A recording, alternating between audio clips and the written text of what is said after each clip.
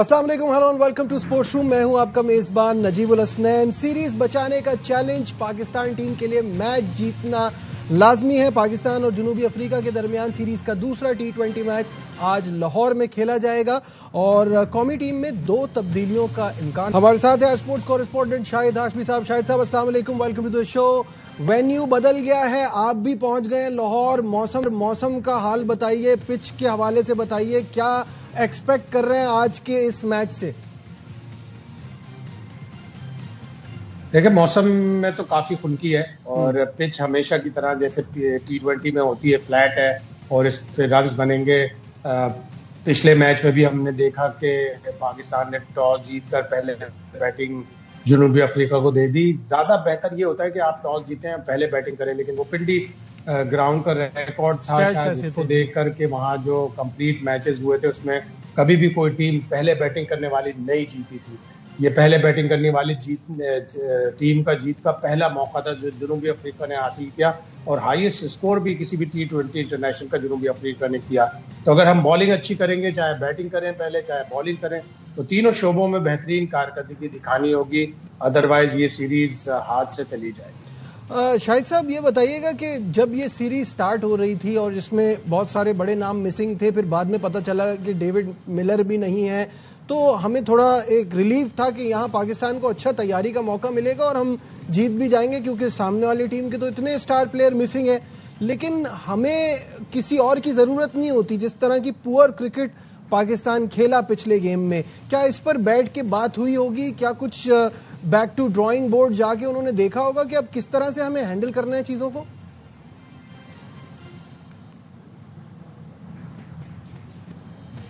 बिल्कुल ऐसा ही हुआ होगा और पाकिस्तान टीम के लिए वो मशहूर कॉल हमारे साबिक फास्ट बॉलर शब्बीर अहमद का है कि पाकिस्तान की टीम सामने वाली ऑपोजिशन के लेवल पे जाके खेलती है। अगर अच्छी टीम होती, 8 के 8 प्लेयर होते, तो शायद उसके लेवल पे खेलती।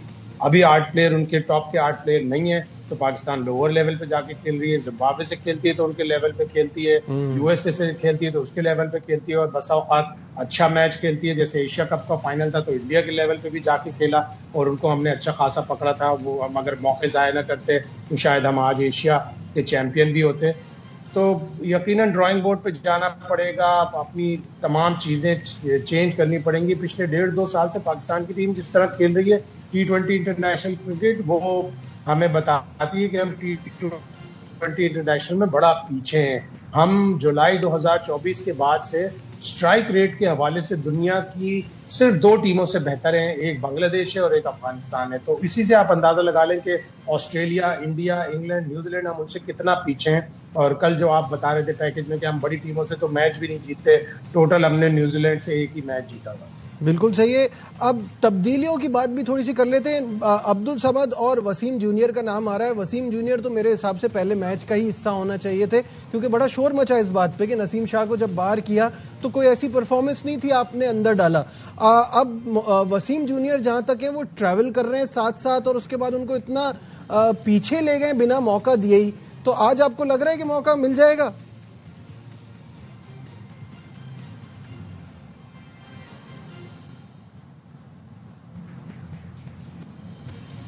शाहिद साहब, सिर्फ आपके हिसाब से नहीं, सब लोगों के हिसाब से पहला मैच वसीम जूनियर को खेलना चाहिए था। और जब आप देख रहे हैं कि हसन नवाज जब जी कहिए।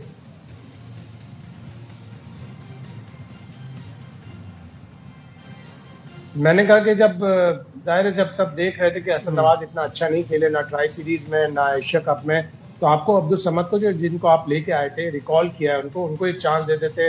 इसी तरह वसीम जूनियर को तो चलो देर आए दुरुस्त आए, एक मैच हारने के बाद पाकिस्तान तब्दीलियां करे। यूजुअली माइक हसन और सलमान आगा और उससे पहले बाबर आजम ज्यादा तब्दीलियां नहीं करते, लेकिन ये तो 2 तब्दीलियां बन इनको अगर आप करेंगे, वसीम जूनियर को आप बिठा के रखे हुए बेंच के ऊपर और इसी तरह अब्दुल समद को लाए, तो इन दोनों को मौका मिलना चाहिए। बिल्कुल ठीक है। Wicketkeeper batter, former wicketkeeper batter, आप सबके जाने पहचाने कामरान अकमल हमारे साथ है। कामरान, अस्सलाम वालेकुम to the show. Pakistan team के हवाले से बार बार यही बात हो रही है कि हमारी क्रिकेट इतनी नीचे चली गई है कि हम बड़ी टीमों से जीतते नहीं थे, अब तो ये छोटी टीमों से भी हमने जीतना छोड़ दिया है। नजीब, ये तो आने ही था टाइम। जैसे हम लोग क्रिकेट लेके चल रहे थे, जो जिस प्लानिंग के साथ क्रिकेट खिलाई जा रही थी, तो उसका नुकसान तो हमें नजर आ गया। और हमने ये आगाह बहुत पहले कर दिया था सही इसी है। प्लेटफॉर्म पे, इसी चैनल पे, लेकिन अब Pakistan cricket. Glad you have you back once again to sports room. और ब्रेक पे जाने से पहले भी हम ब्रेकिंग न्यूज की तरफ गए थे, तो हमारी बात हो रही थी उससे पहले कामरान अकमल से। कामरान की तरफ दोबारा चलते हैं। कामरान, वेन्यू बदल गया है, किस्मत बदलने के लिए पाकिस्तान टीम को आज क्या करना होगा? अच्छी क्रिकेट, अच्छी प्लेइंग साइड, कंडीशन के मुताबिक उनकी बॉलिंग जैसे है, जैसे पेस है उनके पास, उनको उस पेस के खिलाफ आप ऐसे गटके नहीं चला सकते। वहाँ फिक्सिंग शॉट्स खेलने पड़ेंगे। सेट होने के बाद फिर शॉटें लगेंगी। आप पहले दूसरे बॉल पे ही अगर छक्के मारने जाएंगे इस बॉलिंग लाइनअप को, तो बड़ा मुश्किल होगा। तो थोड़ी टेक्निकल क्रिकेट खेलनी पड़ेगी। और उसके बाद प्लेइंग साइड, गेम अवेयरनेस, ये सारी चीजें आज काम आनी चाहिए। क्योंकि सीरीज में रहने के लिए इस टीम से हारना मेरे ख्याल से हमारी क्रिकेट के लिए बेहतर नहीं है, क्योंकि उनके इतने प्लेयर्स नहीं आए हुए हैं जो T20 के रेगुलर मेंबर्स हैं। तो इस टीम से हमें जीतना चाहिए। वो उसी सूरत होगा जब आपकी बैटिंग लाइनअप पहले सबसे पहले रिस्पॉन्ड करे, बॉलिंग लाइनअप पिच के मुताबिक बॉलिंग करें। तेज दिखाने के चक्करों में आप देखें कि विथ इतनी दे देते हैं, एक लाइन पे बॉलिंग नहीं कर रहे, जिसकी वजह से मार पड़ रही है। शाहिद साहब, प्रॉब्लम ये है ना कि आप किस चीज़ को आइडेंटिफाई करें। बॉलिंग में आपकी पिटाई हो रही है, बैटिंग आपसे हो नहीं रही। पिछले मैच में सिवाय नवाज के कोई भी बॉलिंग में भी अच्छा नहीं कर पाया। अब बैटिंग का भी यही मसला रहा कि आप किसी पे इस टीम पे डिपेंड नहीं कर सकते। क्या कहेंगे? बिल्कुल ऐसा ही है। हम अक्सर बोलते हैं और लोगों को बुरा लग जाता है, out of the box. Out of the box हम कुछ नहीं करते। आउट ऑफ द बॉक्स हमने ये किया कि हमने फहीम अशरफ को पहले मैच में बॉलिंग नहीं दी, जो जी एशिया जी, कप के हाँ। फाइनल में आपका बेहतरीन बॉलर था। तो अगर एक चीज गलत हो गई थी तो फहीम अशरफ को ऊपर भेज के जरा उससे पिंच हिटिंग करवा लेते, स्कोर बहुत बड़ा था। इसी तरह आप मोहम्मद अब्बास को अब देख लें, उन्होंने एशिया कप में, ट्राई सीरीज में, हर जगह अच्छी बैटिंग की है। उनको भी आप ऊपर भेज सकते हैं। लेकिन जब आप 7 से 8, 8वें नंबर पर या 7वें नंबर पर मोहम्मद नवाज और फहीम अशरफ आएंगे, तो फिर आप ऊपर के बैट्समैनों को पिंच हिटर के तौर पर, वो आपका एक प्रॉब्लम हो जाता है कि आप नहीं हटा पाते। तो आपको बहुत ज्यादा इंप्रूवमेंट की जरूरत है। दूसरी टीमें बिल्कुल अलग लेवल पे क्रिकेट खेल रही हैं, हम बिल्कुल अलग लेवल पे नीचे जाके क्रिकेट खेलना है। तो हमें अब ये डिसाइड कर लेना है कि हमें फरवरी मार्च में T20 वर्ल्ड कप खेलना है। तो ये हमारे 15 खिलाड़ी हैं। अब बीच में एकदम से एक सीक्वेंस टूटेगा कि हमारे 6 वनडे इंटरनेशनल आ जाएंगे, 3 साउथ अफ्रीका से, 3 श्रीलंका से। उसके बाद हम फिर दोबारा T20 के फॉर्मेट में आएंगे। अच्छी टीम है, दूसरे फॉर्मेट से भी सीखती हैं कि हम वनडे में जिस तरह खेल रहे हैं, हम उसकी कुछ बेहतर चीजें T20 में इंप्लीमेंट कर ले। लेकिन हम ना तो सीख रहे हैं, ना हम आगे बढ़ रहे हैं।